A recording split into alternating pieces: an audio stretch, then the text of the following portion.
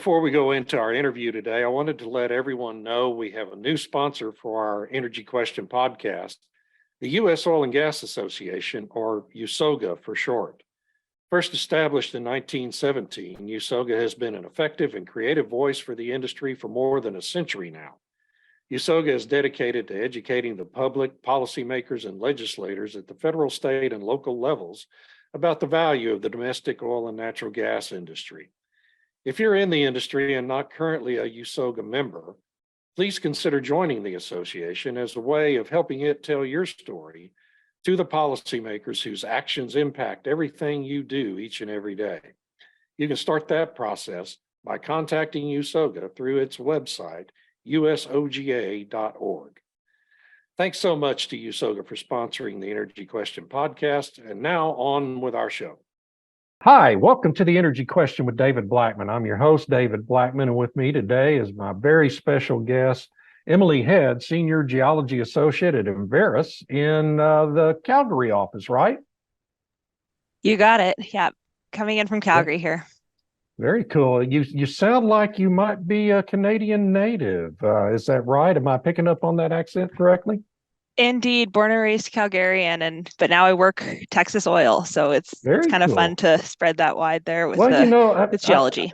Right. I was with a company called Burlington Resources back in the day, and some of our executives talked about Calgary and Alberta as if it was just kind of like a cold version of Texas. So I've been up there a couple of times myself. It's really, really gorgeous country.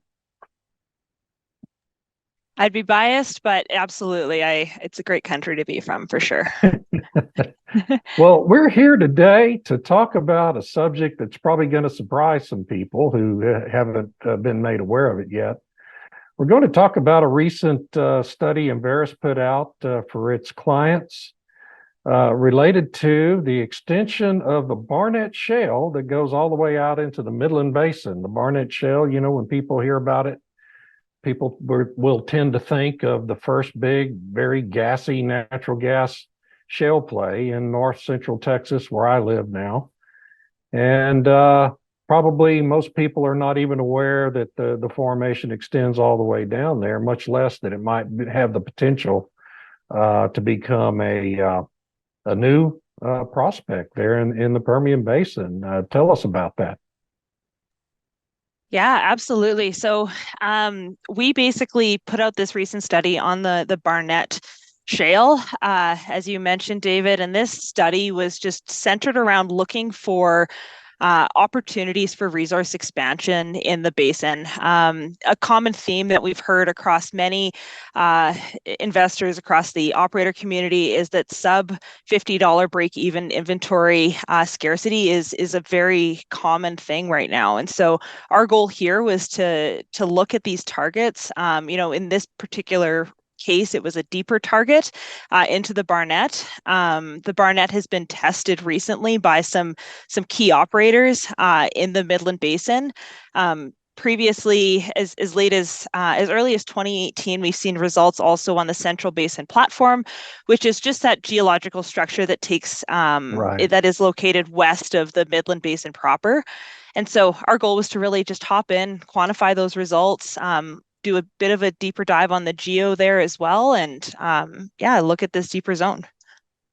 Well, it's really interesting to me. I was at a trade association conference over in Fort Worth for the Texas Alliance of Energy Producers last month, and a fellow from Diamondback Energy was there talking about, and he raised this. I mean, his presentation wasn't focused on this, but he raised it in the course of his comments and talked about how their company has been testing the formation. And then there was another fellow from a smaller company there also saying the similar things about it. So I wasn't even really aware that this was a potentially productive formation in the Permian. So it was a real surprise to me. What does the Enverus think is the potential for production out there in the Barnett extent? I mean, in the Permian or the Midland Basin extent of it. Yeah, as I mentioned, Diamondback basically has been a tester of this particular zone in the Midland Basin. Their tests have been mostly on the on the Central Basin platform have been the recent well results that we've seen from them. And so that would be kind of the furthest southwest that we've seen those results. As far south as Crane County, actually. And then another operator that Wow. has been a little bit more prevalent in the space testing this zone is Elevation Resources. And so they're taking a big stake in all of those Barnett tests in Andrews County. So I would say that that's kind of the furthest northern extent that we've seen these tests. They've definitely taken the lead in the space on testing this zone. But then as far as the Midland Basin proper, I would say that those are the most important tests and it's going to be the most meaningful piece of that resource expansion piece. And that's really kind of taken the lead by Occidental Petroleum. They've been testing the Oh, zone mostly in the Midland Basin proper. As of recently. We've also seen results as far east as Glasscock County. So just to show you the widespread extent of where we've seen these yeah. Barnett tests, I would say that that's going to be the most important piece here. The most important piece is going to be quantifying, the regional extent of this zone. But then in addition to that as well, the productivity and where you're going to be seeing that break-even threshold really hit. Again, that $50 break-even threshold being the number we're looking for here. And we've seen those results in the Midland Basin proper in a lot of those tests taking place really within Martin and Midland County. And so that's going to be the important metric we're looking at, and it's being achieved to date. Wow. So as I mentioned earlier, obviously the Barnett in North Texas, in the original big play up here, was almost all gas. I mean, it's just a very dry gas kind of play. Does it get, I assume the formation must be more liquidy down there in the Permian region, right? Yeah, absolutely. And so that's going to be a good key metric, obviously, to look at here because we have to make sure that our wellhead liquids are going to be adequate enough to get some good oil out of it, right?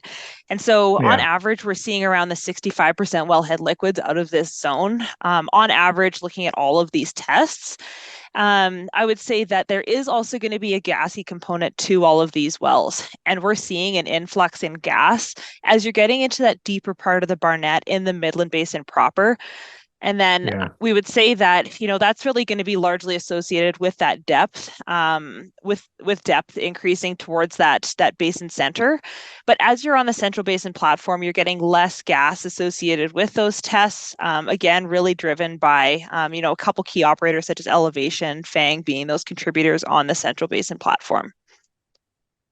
The hydraulics of these formations is always so fascinating to me. I remember when the Eagle Ford was first discovered. Oh God, in late 2008 and early 2009, as they were trying to delineate that resource, it just, it was really a year and a half before they realized that you had really three different tiers within the Eagle Ford Shale: a dry gas play, a condensate gas play, and then almost pure oil play to, on the western extent of it. This 65-35 ratio you mentioned, liquids to gas, that's not really unusual for the formations in the Permian Basin, right? I mean, most of them, get fairly gassy in some parts of that rock. Yeah, I would say that it's broadly speaking on where you're looking at in the Permian Basin. We would say definitely you're going to be getting a big gas component the further southeast you move in the Midland Basin, associated with, some of your classic Wolfcamp intervals, your lower Sprayberry as well.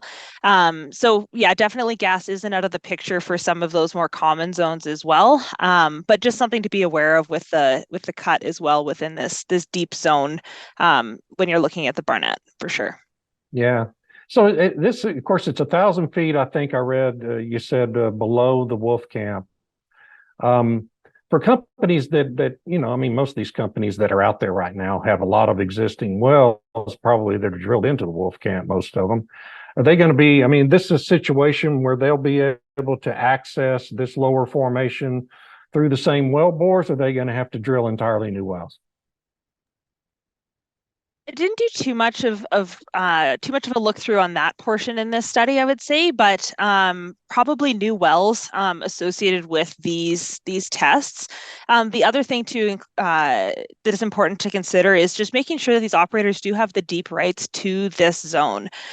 We've heard Yeah. that is going to be, you do have to make sure that you do have the rights to this deeper zone. We've heard similar.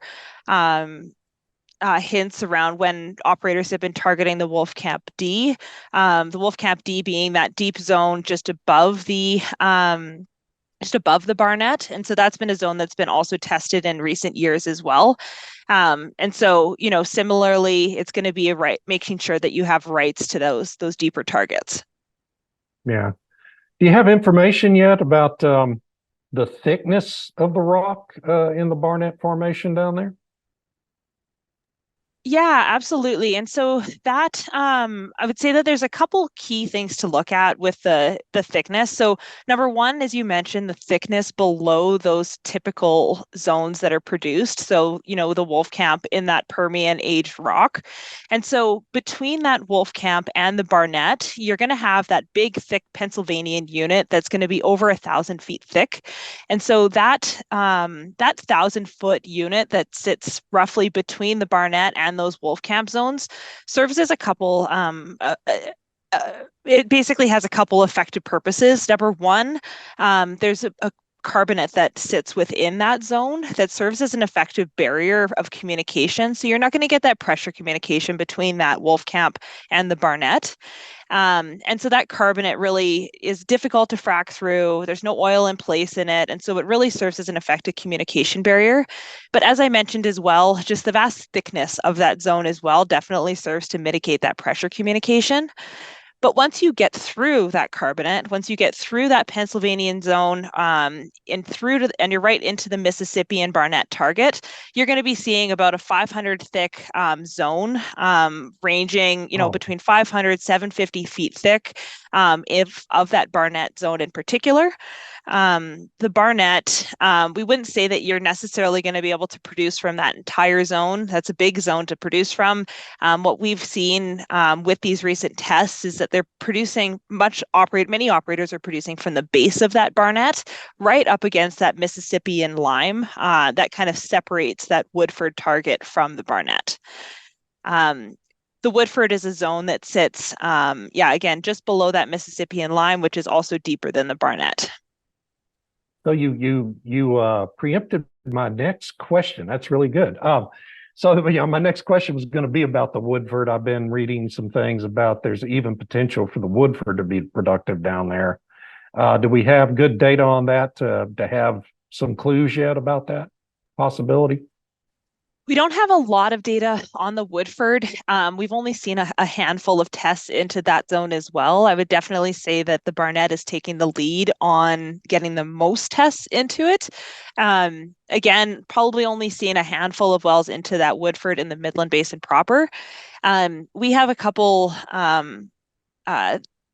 ideas as to why that would be the case. The Mississippian lime, which again is that barrier that kind of separates that Barnett and that Woodford target, thins quite substantially depending on where you are in the Midland Basin proper. So we kind of believe that if there's going to be one topic or one zone targeted versus the other, the Barnett is probably going to be the more dominating target. Well, this is just pretty amazing. So I know Alan Gilmer. I've known Alan for a long time, the longtime chairman, CEO, and of course the founder of Drilling Info, which ultimately became Enverus. And I interviewed him I'll never forget it, in August of 2018. We had run into each other at a conference and just set up the interview. And in that interview, and I wrote a piece at Forbes about it.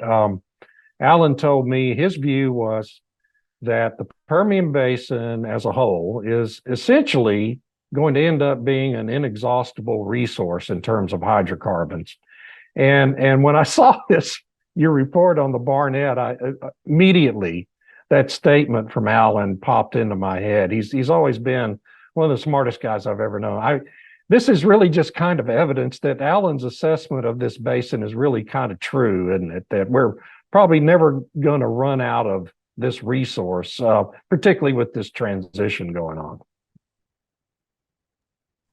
Yeah, and I think we would agree with that statement as well. The Permian, as you mentioned, there's multiple zones that are available in the Delaware on the Midland side.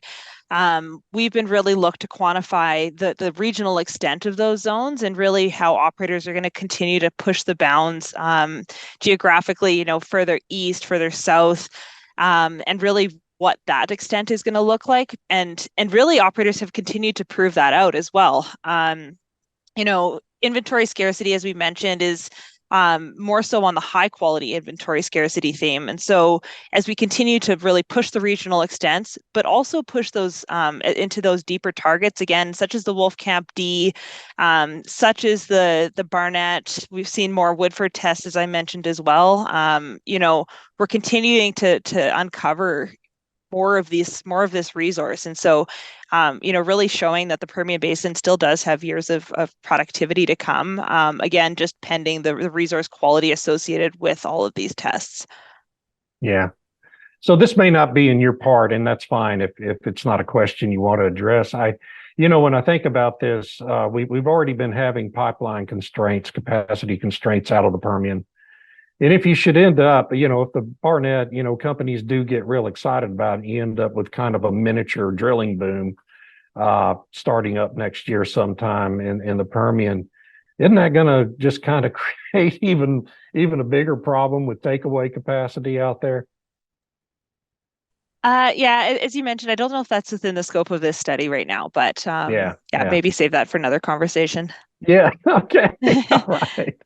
Well, listen, man, I appreciate so much you taking the time to do this interview with me today. This is a fascinating report. And of course, Enverus, I rely on Enverus for so much information in my writing and my podcasts. And it's always such a pleasure to meet smart people like you who are doing this work for such a great company. Awesome. Thank you so much, David. I really appreciate you taking the time to talk to us about this. Thank you. And thanks to our sponsors at the U.S. Oil and Gas Association. Really appreciate your sponsorship, to the Sandstone Group for hosting our podcast, and to our extraordinary producer, Eric Perel. That's all for now.